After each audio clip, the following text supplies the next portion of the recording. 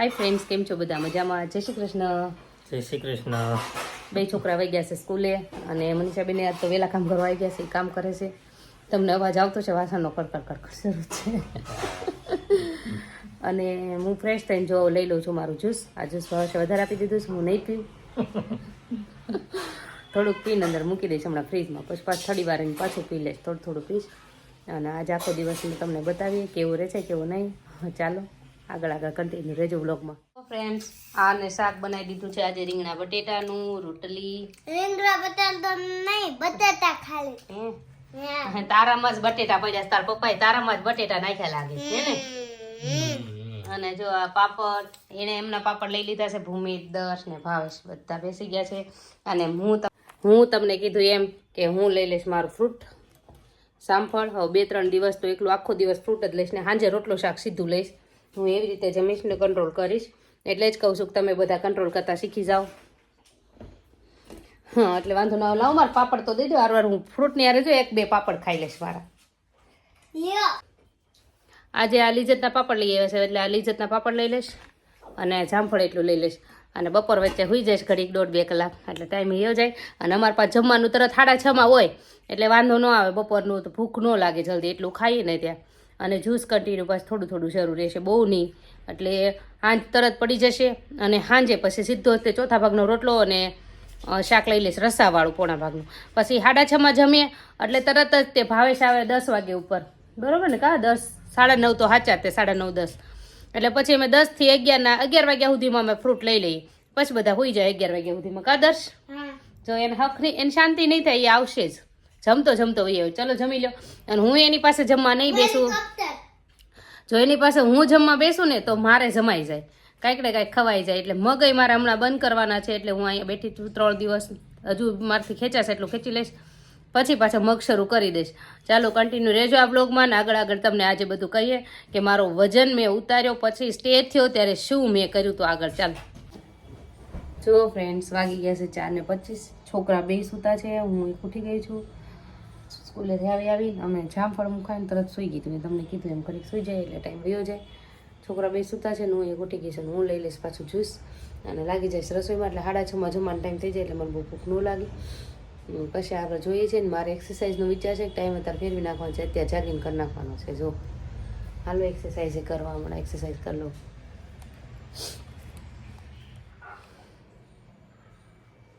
ચાલો જ્યુસ પીવા.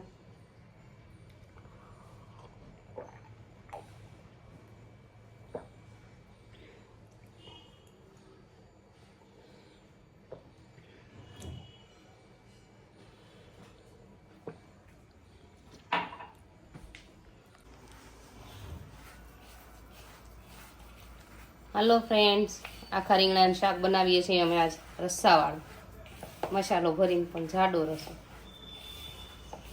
ચાલો આવજો તમે પણ રસાવાળું રીંગણાનું શાક ખાવા છે.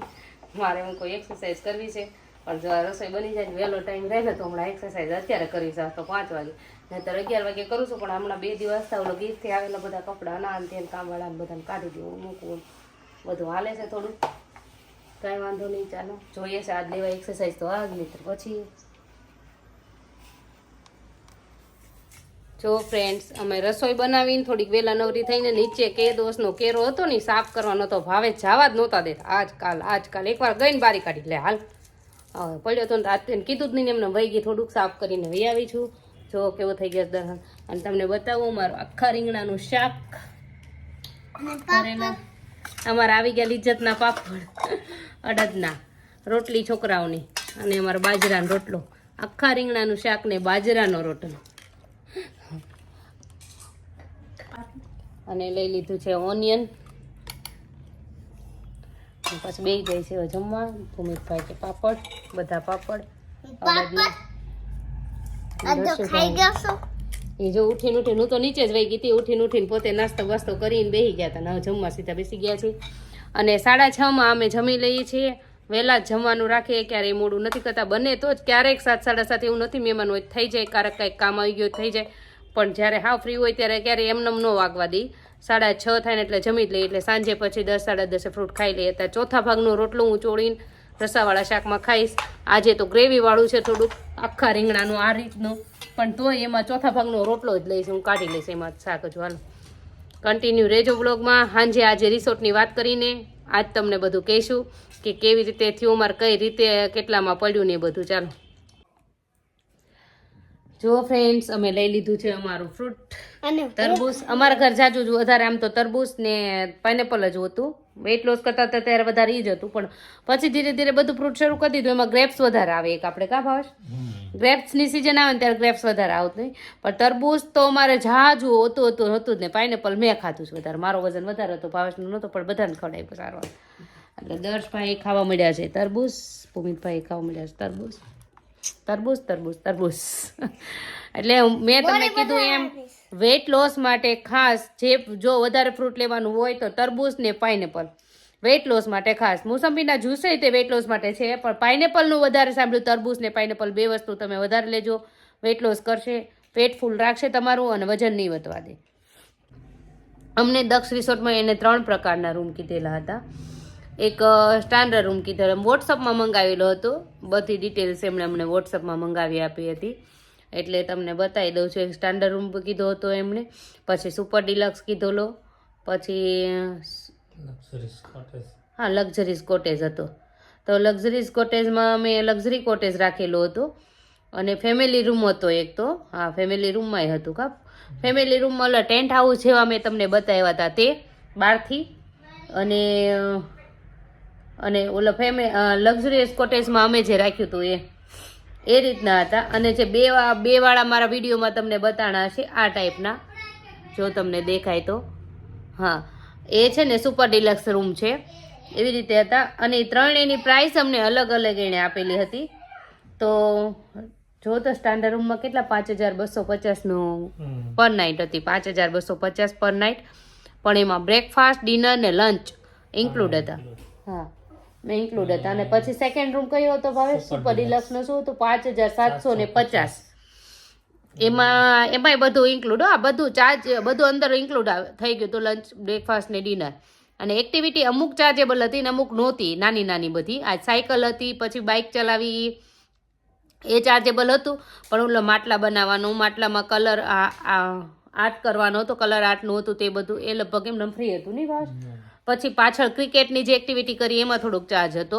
પછી ઉપર દોરડાનું હતું, એ અમે નહોતી કરી, કારણ કે મને તો બહુ હાઇટથી બીક લાગે, એમ જ થયું તે, એટલે એમ એક્ટિવિટી નહોતી કરીને છોકરાને કરવા દેવાને મને બહુ રસ નહોતો બીક ઈચ્છા, એટલે મેં ન કરવા દીધી ને. હતી એક્ટિવિટી બધી સારી ત્યાં તે. પછી થર્ડ વન કયો હતો, લક્ઝરીઝ કોટેજ. હા લક્ઝરીઝ કોટેજ હતો, જે ફેમિલીમાં ગણાય છે, તે 9050નો હતો. અને એની અંદર હા ઠીક, લક્ઝરી કોટેજમાં 6750 જે અમે રાખ્યો હતો તે રૂમ 6750નો એ હતો. અને પછી જે ફેમિલી રૂમ કીધો હતો ને તમને, એના છે 9050. એમાં બધા member, 4 members with lunch and dinner and breakfast 4 પર 1 નાઇટ હતું, એવી રીતે હતું. તો તમને એ ડિટેલ્સ આપી દીધી છે. એમાં એ હતું, અને એક્ટિવિટી બધી અલગ હતી. એને કારનું નામ શું હતું ભૂલાઈ ગયું. હા વિન્ટેજ કાર. વિન્ટેજ કારનો અલગ હતો ચાર્જ બધો. એ તમને ફોટોશૂટ કરવા દે, એવું બધું કરવા દે, અને થોડા કિલોમીટર સુધી લઈ જાય. અને ત્યાં મંદિર છે એક ગામડે, બાજુમાં ગામડું છે, ત્યાં તમને દર્શન કરાવીને પાછા લાવે એ માટે છે. અને જે બીજો રિસોર્ટ તમને નવો એ લોકોએ બનાવ્યો છે દક્ષ, એટલે પાર્ટી પ્લોટ જેવું ને એવું બધું બનાવ્યું છે. તમને આના રૂમને એમને વિઝિટ અંદર કરાવી છે. ત્યાંય બધું ફૂલ સુવિધા ઉપલબ્ધ છે. બધી હલ્દી ફંક્શન કોઈને કરવા હોય, સંગીત ફંક્શન છે, મેરેજ માટે આખું બધા ફંક્શનનું એ લોકો ડેકોરેશન બધું કરી આપે છે, સુવિધા વ્યવસ્થા બધું જ. બસ એ જ તમને જે જાણ કરવાની હતી એ. અને તમારા બધાનું ડાયટ કેટલે પહોંચ્યું છે, કેમ ચાલે છે, હમણાંથી મારે તમારી જોડે કંઈ વાત થઈ નથી. અને આજનો વિડીયો છે ને એ હું આજે જે રનિંગ છે એ જ વિડીયો મૂકી દઉં છું.